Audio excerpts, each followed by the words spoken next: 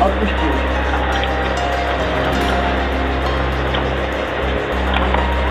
Чуть-чуть.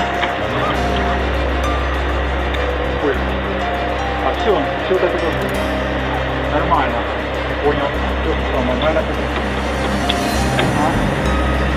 Вы в конце, вы сейчас будете идти часовой, идите по часовой.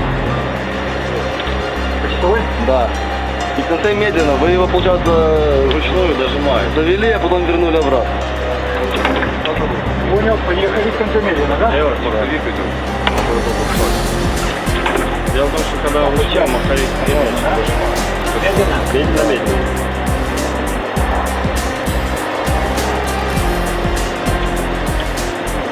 Ну, стрелочка, смотри, сейчас стрелочка на протокол просто станет, вот так, в таком положении. Вот это, я так понимаю, это